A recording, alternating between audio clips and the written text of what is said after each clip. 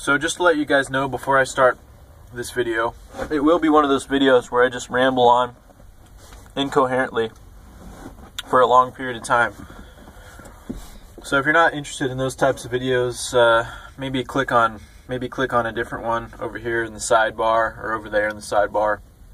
Something that looks a little bit more exciting if you lack a certain amount of patience and find my videos boring. I wouldn't watch them if you find them boring. There's better ways to spend your time than being bored. At least I think. I don't know. I'm not going to say that for sure.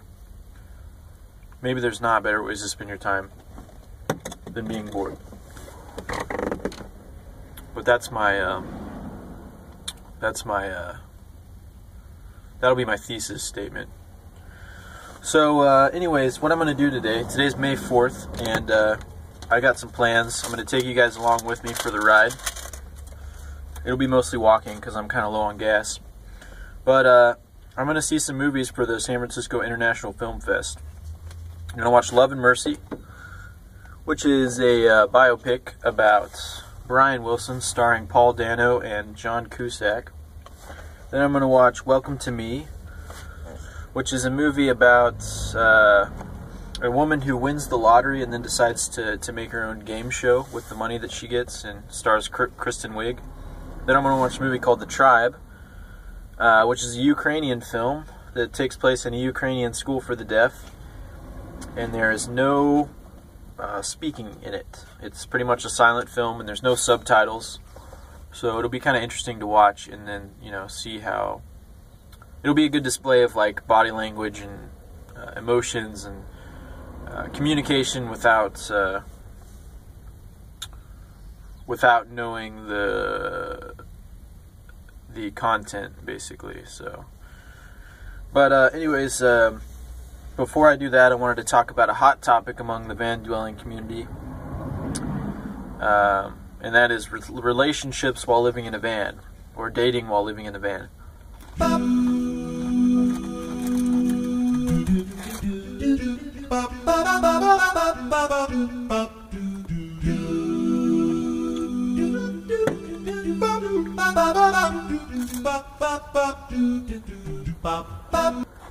Now,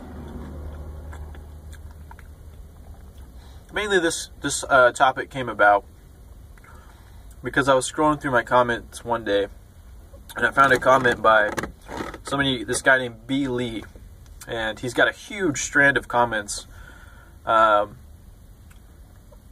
are sort of criticisms on my decisions for living in the van. And I think what he's doing is his brother decided to live the van life, and so he's searching for all these problems that van dwellers have to give them, to his brother as sort of a display of, like, don't live in a van because all these bad things can happen. You don't want to be like these guys. These guys, look at these guys, and all this other stuff. But anyways, somewhere in that strand of comments, B. Lee posted something along the lines of, how are you going to bring a girl back to the van? She's not going to want to come back to the van. How are you going to give her the D?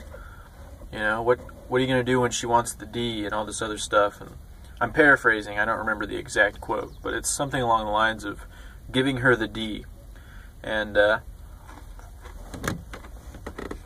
when I read that, I was just kind of like, I was just a little grossed out.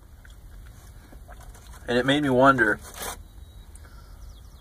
I mean, I wonder these things often, but it was put back into my head. And is that what it's all about? Is just giving her the D? Is that what life is all about? Is just giving her the D?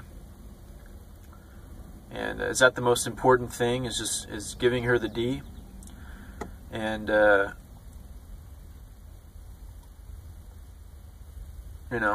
don't know. So anyways, I saw that comment and got a little grossed out by it. It seems like a very one-way sort of approach to living. And it just made me wonder, what is the point? Is the point to get into a relationship, settle down, and have kids as quickly as possible, because it seems like there's an urgency to that. It seems like that's what a lot of other people are doing, is you graduate high school, you get into a relationship, settle down, buy a house that you're making payments on, have children. And that's no small potatoes. You're bringing a human into this life. You're bringing another person into this life. And that is, that's a big deal, you know. All these things that are bad for the environment, you know. But I think maybe one of the worst things to do for the environment is probably to bring another human into the environment. But that being said, though, there's a lot of people that care about bloodlines and things like that, and it's almost like human nature just to gravitate towards replicating and reproducing, and I guess it's everything's nature just to gravitate towards, everything that's living's nature to gravitate towards reproducing and stuff like that. But there's a lot of children out there that don't have parents that could use parents. There's a lot of you know, there's a lot of kids out there that could be adopted that, you know, that need better lives.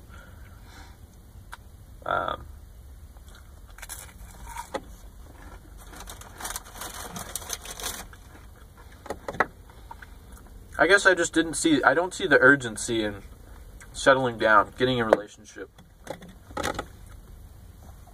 having children.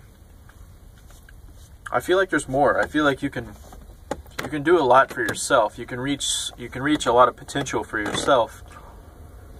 And if you do that, you know, in turn, you're gonna meet somebody eventually that just clicks, possibly. I'm willing to take the risk of possibly not, if I can take the risk of possibly it happening. And that's kind of where I'm at right now. So that's where I go in terms of relationship stuff, is that you know, I'm not in any sort of rush. I feel like I would be a bad boyfriend right now. I feel like I wouldn't be a very good significant other. And I think it's because I have just a lot of stuff going on right now, you know. I think it's kind of typical for 20 to 30-year-olds to be going through this point in their life where they don't really know who they are yet. They're trying to figure that out. They're trying to figure out where they're going and what they're going to be doing and what their beliefs are and all this other stuff, and what they want to do with their life. And that's where I am right now. And that's what I'm doing right now. And so for me, there's no rush, really. And if things were to fall into place with a relationship, then that would be cool. But I'm not going to seek it out. I'm not going to go to a bar and be like, I'm looking for a lady, you know. I'm not going to go into a bar with prior intentions on finding a lady. And especially not with the specific goal of giving her the D.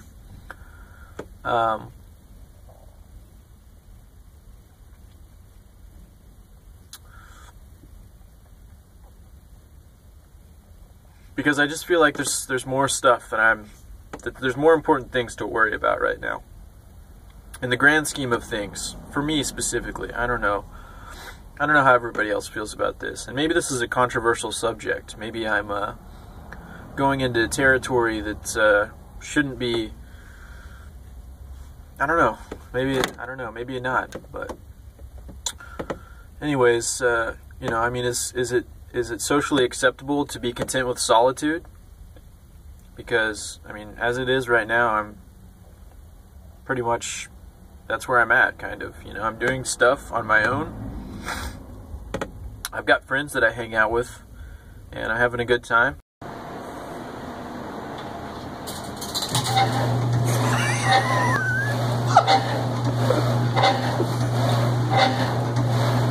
That ahead of a trail hill. And I'm doing stuff, and I'm working, and I'm getting ready to move to Los Angeles.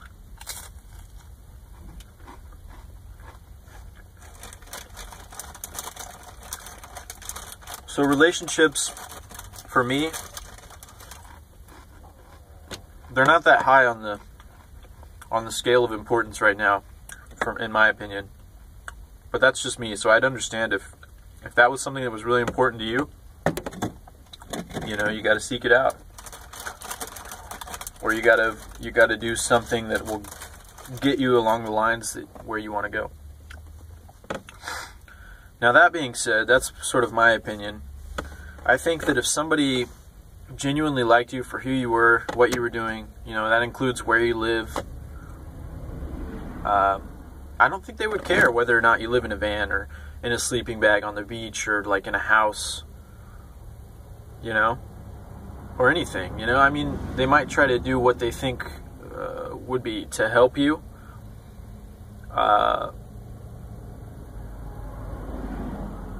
which is just, you know, their genuine care for you. But I think when you're in a relationship like that, things can evolve, sort of, you know. So like maybe they won't be so on board with you living in the van, but maybe they'll move into the van with you and decide that, hey, it's not that bad, or like they'll see your point of view, or maybe your point of view will change and you'll think, well, maybe my life would be better if I decided to move into the house and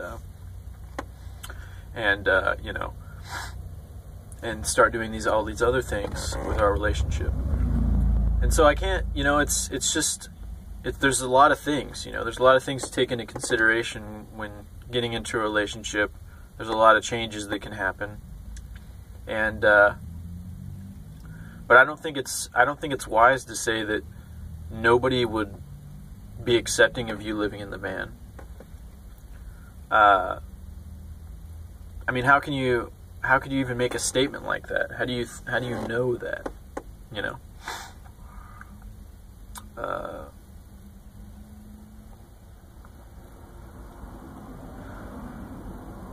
It's basically like taking a statistic of all the people that you've hung out with and sort of tallying it up to how you think that they would react. But everybody's different, and maybe you only hang out with a certain type of person that verifies your opinion. So, but yeah, I mean, if you want to be in a relationship with somebody, that's fine. I don't think that they would care whether or not you live in the van or live in a house or whatever, like I said.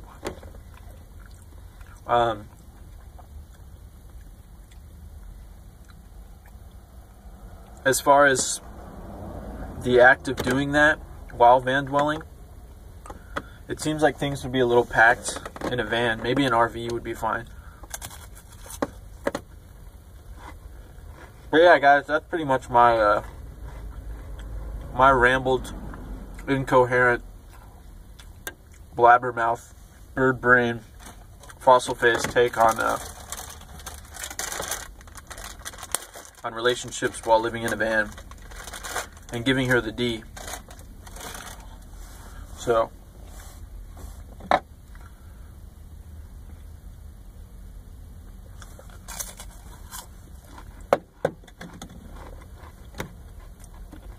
let's go watch some movies.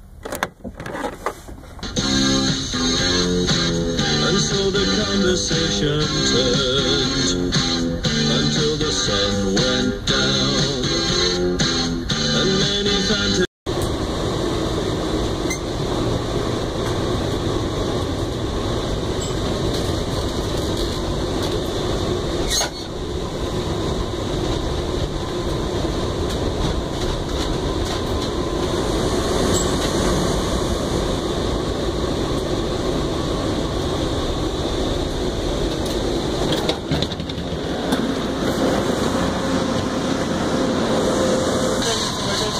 No, they're just putting let's take